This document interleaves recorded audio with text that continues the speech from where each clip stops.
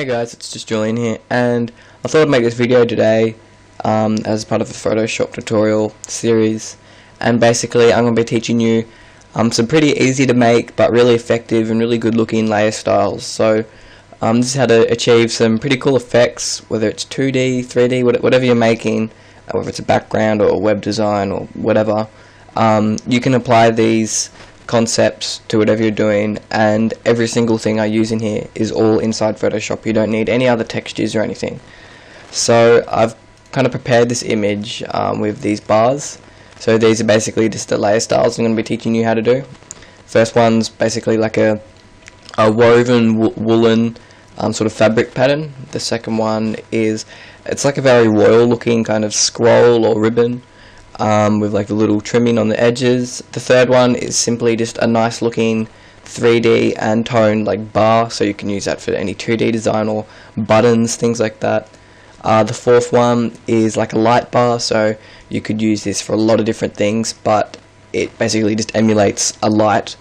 And the fifth one, is kind of like an indented lava sort of texture, so it looks like it's sort of inside the background here with the inner shadow, and it's got a bit of glow and looks pretty good. So I'll quickly show you how I made each one, and you can just copy the layer styles if you want. I'll leave a save for this PSD in the description, so you can just simply download it and copy the layer style and paste onto whatever you want. So I'll start with the simple fabric texture. So all of these has a drop shadow just to simply make it look better.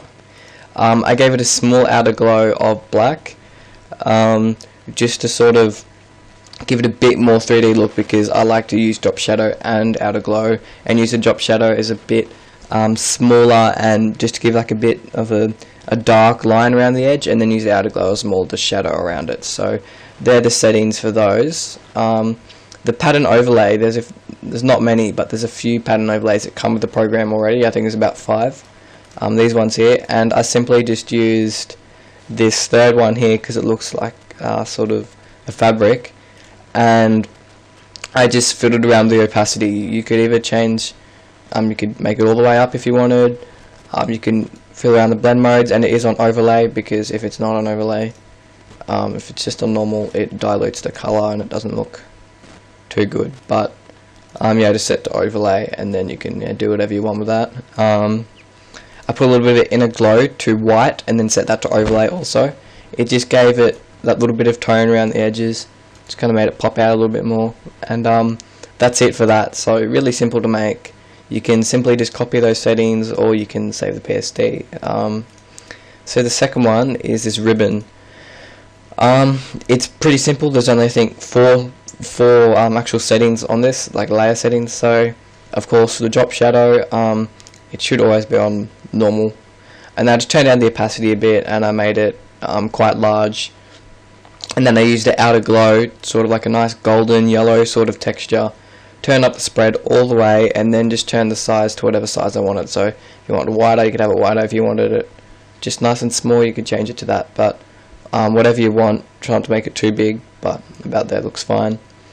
And then simply the gradient overlay, and what I did is I got to the scale I wanted, and then I set the angle to 180, and did the style to reflected, because it reflects it.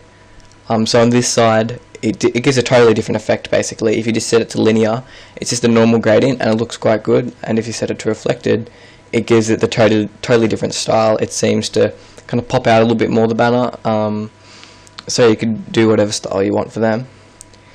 And for the third one, this actually has a lot of layer styles. You don't really think it would, but it does. But it gives off a really cool effect, and you can apply this to any color and do whatever you want. So I have a drop shadow, like the blue one. I made the drop shadow a bit smaller, and I try to keep it small. And when you're applying drop shadows to something, I find it really helps if you get a dark version of that color, set it to outer glow, make it a little bit smaller than your drop shadow, and turn down the opacity a bit. Just adds a little bit of color to your shadow, and for some reason it just looks pretty cool. So and then for the gradient overlay, I just set it to linear, so the dark is bottom, the the bottom is darker than the top part basically. So and then I just did a dark kind of lime green to a lighter, more diluted tone of the green. Then I have an inner glow of a dark green. I just put it on normal, more like an olive green, and I just turned down the opacity to what I thought looked good. I have an inner shadow on also, and I just did it a lighter green. What this does is, you might not see it, but it just gives a tiny little light green trimming on the edges. It just gives it that crisp edge look, and it looks pretty cool. And then the stroke is simply just another like light green, the black, which goes on the other so the light green makes the edge really crisp, and then the black, this really fine stroke of the black just further just crisps it and makes it look like a really nice outline. So that's it for that one. And the light, it's pretty straightforward. I think there's only 4 ones. So there's the drop shadow, and the drop shadow I did basically the color of whatever the light. You do try to make it like a very light version of that color, but not too light. So basically, if I was doing a green, you do it around here, but not too light, because I'll explain why in a second. And then for the outer glow, you do a lighter version of the color for the drop shadow. You just do a lighter version, and then you make it a little bit smaller, just to give that light a bit more 3D look and a bit more realism.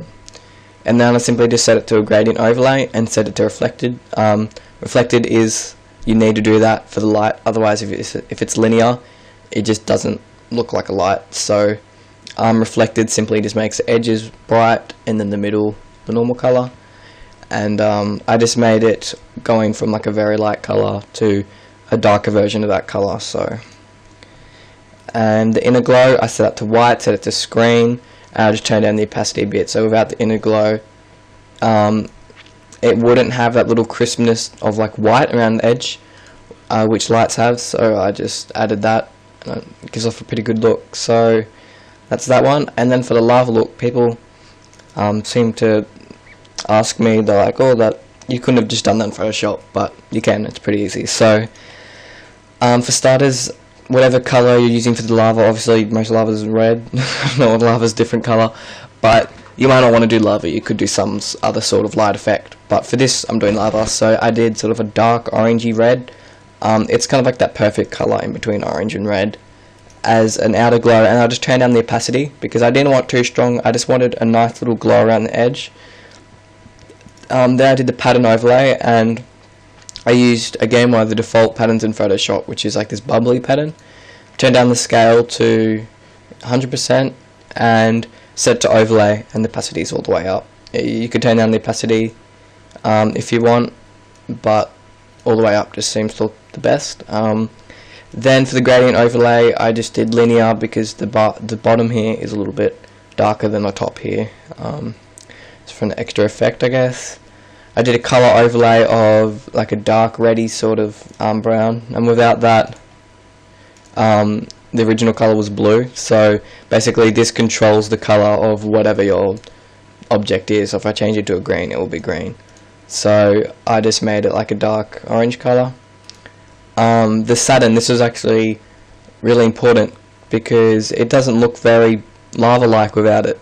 So the Saturn simply draws a line in the exact middle of the object, and I just turned the distance all the way up to like 46, opacity 50%, set it to overlay, did a nice bright yellow color, and this simply made the middle of it glow and really popped out, made it look a lot more realistic, and made it have that glowing effect. Then I did an inner glow of black whenever I'm doing something indented, so it looks like it's behind another object or is cut sort of behind. I do inner shadow and inner glow. I use the inner glow in the same way I do the outsides of the other bars. I make it slightly bigger, turn down the opacity just to give it a nice shadow.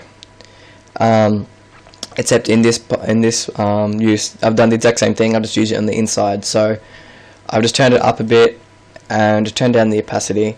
So opacity is 38%, the size is 35, and then I've done the inner shadow to really small, so it just gives that crisp black line on the inside, and then and then the inner shadow works with that too. So that's basically it. I thought it might have been a simple video, but these techniques can carry on to a bunch of different other designs, and a lot of people don't realize that you can make things like this in Photoshop without using any textures or anything. So I thought it was a pretty nifty kind of tutorial to do. I will be doing a lot more tutorials, so stay tuned for them. But yeah, thanks for watching, guys, and yeah, have a nice day.